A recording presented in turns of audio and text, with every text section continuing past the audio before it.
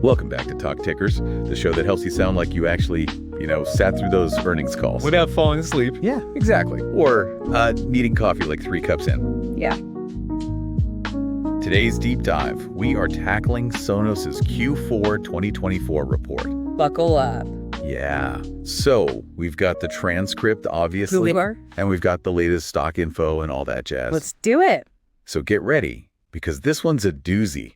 It is. It's a very interesting one. What's fascinating is it kind of reads like a story of, struggle and resilience. Mm-hmm. Sonos had a rough year, and they're not shying away from that. Not at all. The elephant in the room, well, more like the bug in the app, is their new software rollout. Oh, yeah.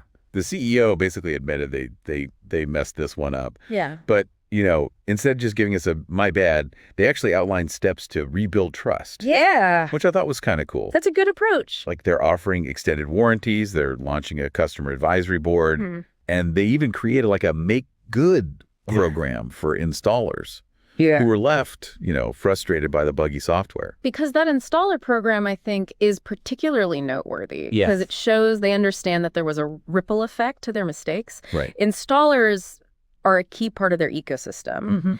And keeping them happy means keeping customers happy.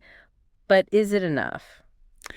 Yeah, I mean, it seems like they're really trying. Yeah. Actions speak louder than words. Exactly. So we'll see. But while they were busy, putting out fires, they also launched a bunch of new products. They did, yeah. Arc Ultra, Sub 4, and the one that's got all the Buzz-A's, their first headphones. Their first foray into the headphone market. Big move. So Sonos is really counting Arc Ultra as a game changer with their new sound motion technology. Yeah, and that's based on the tech from Mate, a company they acquired, which lets them create these crazy small transducers of 3 times smaller, and they somehow produce even more powerful sound. It's pretty impressive. So smaller parts, bigger sound.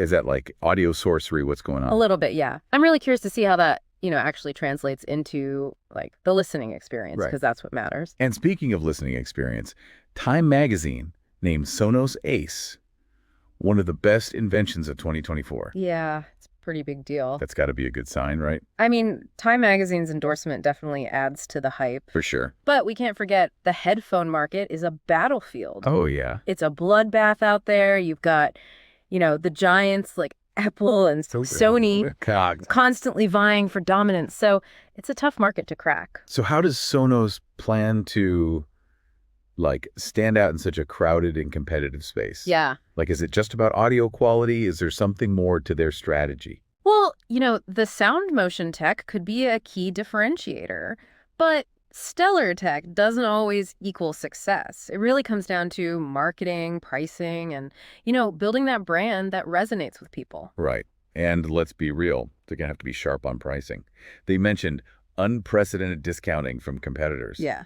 Which I think that's a polite way of saying, we're getting squeezed. Yeah, they're in a price war, absolutely. It's a delicate balance, right? They want to be this premium brand, but they also need to be realistic about what's happening in the market. For sure. They can't just rely on their loyal fan base. They need to attract new customers, especially if they want to, really make a dent in the headphone market. All right, so we've got new products, tough competition, all while dealing with this, fallout from the app launch. It's a lot. So let's shift gears and look at their financial performance. How did all this drama affect their bottom line? Well, the financials are kind of a mixed bag. Revenue was down year over year, which is never great. Yeah. But it was in line with their revised expectations, so at least they weren't caught totally off guard. The CEO attributed this decline to both the app issues and the challenging economic environment. So acknowledging the missteps, but also pointing to external factors. Right. It's never just one thing. Never just one thing. The autonomy has definitely played a role. People are more cautious with spending, and premium audio products are often the first to get cut when budgets are tight. That makes sense. Yeah. But here's a little glimmer of hope. They actually added 1 million new households to their customer base. 1 million. That's got to count for something, right? Yeah, that's a good sign. It shows their brand still has pull. What's even more interesting is that existing households are buying more Sonos products. Oh, wow. This tells me their ecosystem strategy is working. People are buying into this idea of a connected audio experience throughout their home. So they're deepening relationships with existing customers. Yes. While also attracting new ones. Exactly. That's a powerful combination. It is. If they can sustain it. Big if. But, they're focusing on efficiency and profitability going forward, which is a smart move in this environment. Yeah. And they're changing their guidance strategy. From now on, they'll only be providing quarterly outlooks, citing, uncertain market dynamics. So what do you make of that? Is that like them just waving a little white flag? I don't know if it's a white flag, but it could be a sign of caution. Okay. Or just them adapting. It definitely raises some eyebrows, though. Like, how confident are they really in their ability to predict what's going to happen? Okay. So we've got this company. They're navigating choppy waters. They stumbled with the app launch. They're facing crazy competition, and the economy is, throwing curveballs. But they're also showing resilience. They are, yeah. They're innovating with sound motion and seeing growth in their customer base. That's right. So it's a story of struggle and adaptation. It is. And the next few quarters will be crucial in determining whether they can turn the tide. It'll be interesting to see how that focus on efficiency and profitability plays out. Yeah. Because sometimes when companies tighten their belts, it can stifle innovation. Yeah, that's a good point. They need to strike a balance, right? Between, streamlining operations and still investing in the new technologies and products. Absolutely. And speaking of new products, let's circle back to the Ace headphones. Yeah. They've gotten rave reviews, like even a Best Buy feature spot. But they're still struggling to gain traction. It's tough. Yeah. They're facing an uphill battle. Yeah. In a market dominated by those heavy hitters. Yeah. And as we mentioned earlier, those price wars can be brutal. Right. Especially for a newcomer trying to establish itself. And it's not just about price, right? Yeah. Consumers have a lot of choices when it comes to headphones. Tons. What makes Sonos Ace stand out from the crowd? Right. Is it just the sound motion tech? Or is there something more to their value proposition?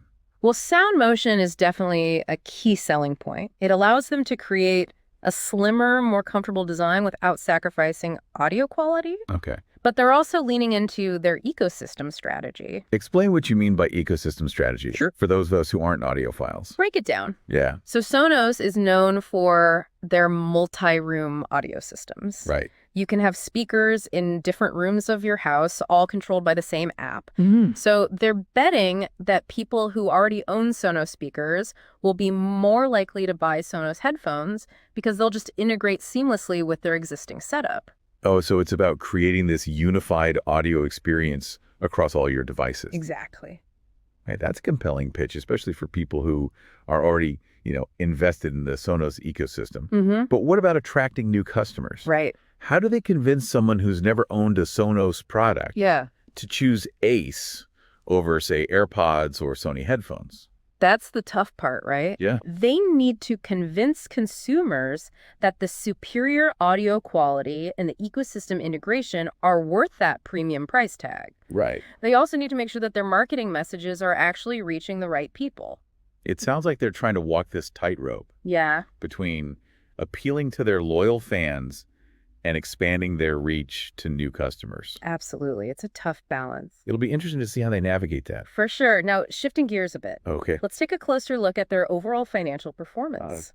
So while revenue was down year over year, they did manage to add 1 million new households to their customer base, as you mentioned. Right. And existing households are buying more Sonos products. Yes. Which, that's a positive sign. It is. It shows that people are buying into that ecosystem. Definitely. But I'm curious to dig deeper into the numbers. Like, what were their key financial highlights beyond just the top-line revenue figure? Well, their gross margin improved slightly. Okay. Which suggests they're getting more efficient at managing their costs. Okay.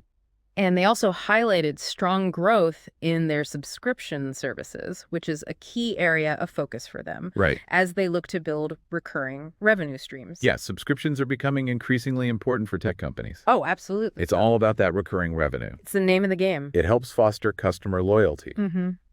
So what kind of subscriptions does Sonos offer? So they have a service called Sonos Radio HD, which offers ad-free, high-quality music streaming.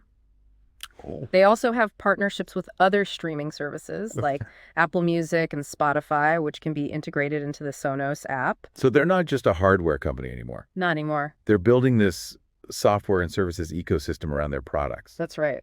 That's a smart move, especially in a world where people are increasingly comfortable with subscription models. It's about creating a more holistic and engaging experience for their customers. Right. It's not just about selling speakers. It's about selling a lifestyle. Okay, so we've got a company that's facing some headwinds, but they're also making strategic moves to adapt and evolve. Right. They're streamlining their operations, focusing on profitability, and expanding their offerings beyond just hardware. That's a lot. But there are still some big questions looming. Oh, yeah. Can they regain the trust they lost with the app debacle? It's a big one. Can they compete effectively in that headphone market? Another big one. And can they navigate the uncertainties of the global economy? Those are the million-dollar questions. Right. And only time will tell how this story unfolds. Yeah. But one thing's for sure, Sonos is a company worth watching closely. Now, speaking of watching closely, it's time for our favorite segment. This is not financial advice. Here we go. This is where we put on our speculative hat Yes. and dream up outrageous but plausible trade ideas. I love this part. So what crazy scheme have you cooked up today? Okay, hear me out. What if Sonos leans hard into the home theater market? Interesting. They already have soundbars and subwoofers. Yeah. What's your vision for this lean in? Imagine this Sonos partners with a major TV manufacturer Okay. or even creates their own line of Sonos branded TVs. So they become like a one-stop shop Exactly. for a fully integrated home theater experience. Exactly. They could bundle their speakers and soundbars with these TVs, creating a seamless and optimized audiovisual experience.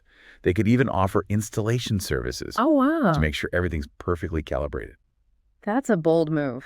It is. It would put them in direct competition with some major players in the TV market. Exactly. But that's what makes it so interesting. Yeah. They could disrupt the market with their focus on audio quality and ease of use. Right. Imagine a world where setting up your home theater is as simple as plugging in a Sonos TV Interesting. and letting their software do the rest. I see the appeal. They could leverage their existing brand reputation for audio excellence and expand into a whole new market segment. Oh, a new market. But it would require a significant investment Yeah. in R&D manufacturing marketing. True. It's not a small undertaking. No. But if they pull it off, Yeah, the potential upside is huge. it is. They could capture a significant chunk of the home theater market, driving revenue growth and solidifying their position as a leader in home entertainment. It's a gamble for sure, It is. but high risk, high reward, right? Exactly. And remember, this is not financial advice. Of course. We're just having some fun exploring possibilities. Yeah. But who knows? Maybe Sonos is already thinking along these lines.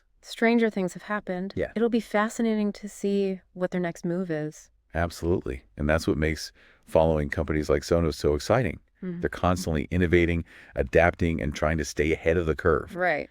And sometimes the most unexpected moves are the ones that pay off the biggest. You never know. So there you have it, folks.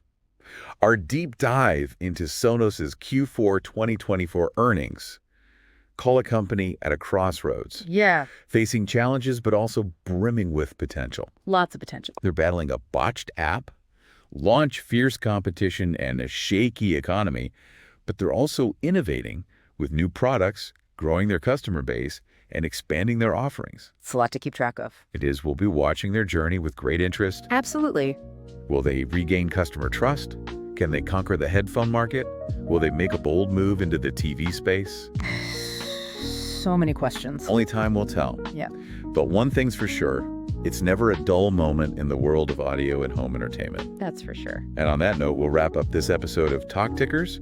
Remember, always do your own research before making any investment decisions. Absolutely crucial. And until next time, stay informed, stay curious, and happy investing. See ya.